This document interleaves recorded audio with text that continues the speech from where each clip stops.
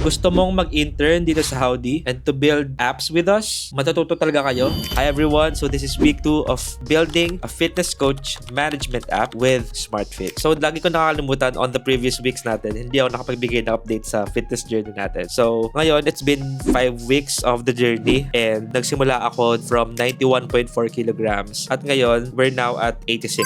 So nakabawas na tayo ng 5.4. So almost 6 kilos, right? And given na medyo busy talaga tayo this past 2 weeks, kasi nga may trabaho, startup, tapos may master's classes pa tayo, tapos nag-uulan pa, right? So di talaga ako masyado nakapag-gym. But I make sure na nahihit ko pa rin yung macros and nagka-calorie deficit pa rin tayo. So yeah, and consistent pa rin tayo sa steps. Now, let's go to that. So as I've said previously, no, we just onboarded a developer intern na ngayon siya nag-handle ng back-end side, right? He's very talented. He's a potentially good intern. And what I like about him is that he's asking the right questions and he's curious and he's really interested in what he's doing. So, ang gaganda ng mga questions niya, very straightforward, hindi siya nahihiya. And yun talaga kasi hinahanap natin. Dapat willing ka talagang matuto at willing kang gawin yung work. So far, he finished the onboarding API on the client side kasi ako na yung gumawa sa coach side. Like yung mga login, sign up, onboarding ng coaches. So, mainly yung ginawa niya is yung intake form ng clients katulad ko. So, client ako ni SmartFit. And yung form na yun para malaman yung information about the client. Like yung height, yung weight, anong goal mo sa fitness journey mo, ano yung gusto mo ma-achieve, gusto mo ba ng meal plan, or yung flexible meals, magtatrack ka ng macros and ng calories mo. Tapos pati na rin yung photos ng before para pag pinost mo na yung before and after mo, kitang-kita mo na yung difference, right? Para may reference ka dun sa pinanggalingan mo. So yun yung APIs for the onboarding ng client and of course yung invitation na rin ng coach. Kasi on the app, we won't allow the clients to sign up directly. We will only allow the clients to be invited by the coaches. So magkakaroon na parang code na is-send ng coach kay client through email. So ganun yung magiging flow natin. And also, it's a very huge achievement kasi we also set up the payment gateway that we will use for this app. And since subscription-based kasi yung app natin, need talaga ng payments, right? So, ang gagamitin namin is Polar.sh. I used this in the past. It's very simple to integrate. It's very simple to use. Why did I actually choose Polar? Well, I've used Stripe and Demon Squeezy in the past. Well, madali lang din naman silang i-integrate kasi webhook lang din naman. But again, Polar is super easy to use then, super easy to integrate, and it's MOR na kasi, or Merchant of Record na. What it means is, it handles the taxes and the compliance for you. While other gateways, like for example, yung Stripe, they make you the Merchant of Record, meaning you handle the taxes and the compliance yourself. Like for example, with Polar, when you're selling a SaaS subscription to a customer in Germany, si Polar na yung nagko-collect and nagre-remit ng VAT for you. But with Stripe, ikaw pa yung kailangan mag-register, ikaw pa yung kailangan mag-collect, mag-remit ng VAT yourself. So, yun. Kaya mas pinili ko si Polar kasi MOR na siya. Tapos timing nga. Kasi nung ini-implement niya to, si Inter yung nag-implement na tong payment gateway. Binigyan ko lang siya ng few instructions para gawin. Sabi niya, "Sir, walang trial period yung Polar." Kasi naalala ko nung first time ko ginamit si Polar, hindi ko kinailangan yung trial. So, I didn't know na wala. Okay? Tapos nung chinek ko yung documentation ni Polar, nakalagay naman doon, ito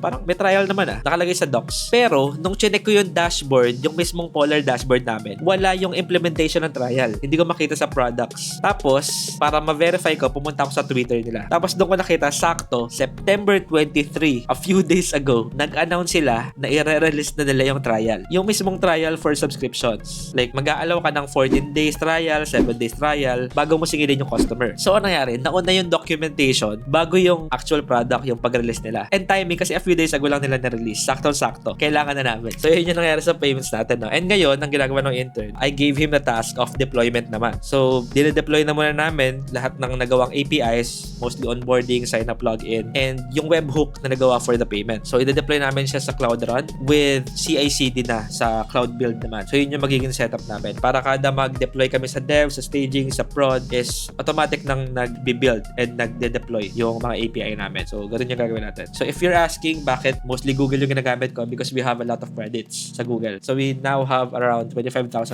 for credits. So, gamit na gamit talaga. Now, that's on the back-end side. So, marami nangyari. Punta naman tayo sa front-end. Ako naman, medyo busy rin. So, ang nagawa ko is yung onboarding naman and login ng coach. So, since nagawa ng API, na-integrate ko na rin yung API plus the design and also yung sa client side na onboarding. So, pati yung payments niya, yung pagpili niya ng iba't ibang packages or ng tiers for subscription. Tapos, medyo nadedelay lang ako sa front-end ngayon kasi medyo na-halt or na-stop yung design process natin kasi nagkaroon ng side quest yung UI UX designer natin. Kasi he was part of Unleash Philippines, which is an innovation program. So parang ginather yung iba't ibang individuals to turn their early stage ideas into prototypes and market-ready solutions. And you know, that's something na very proud din naman tayo. Kaya it's okay na nagkaroon ng ganun. Kasi it's a program to learn on how to build pa rin. It's very much aligned with our advocacy dito sa page and sa community natin. So yan, congrats.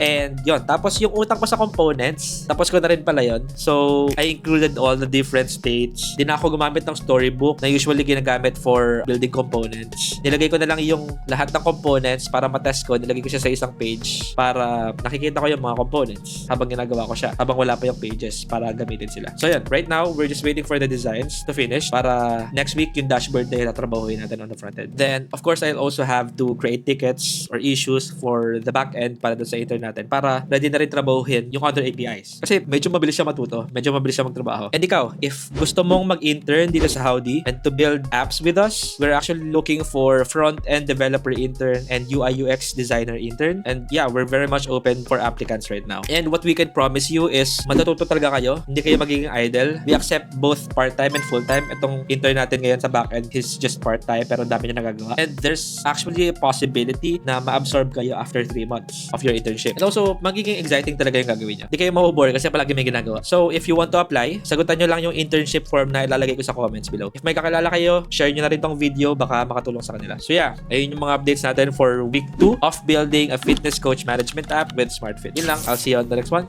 Bye!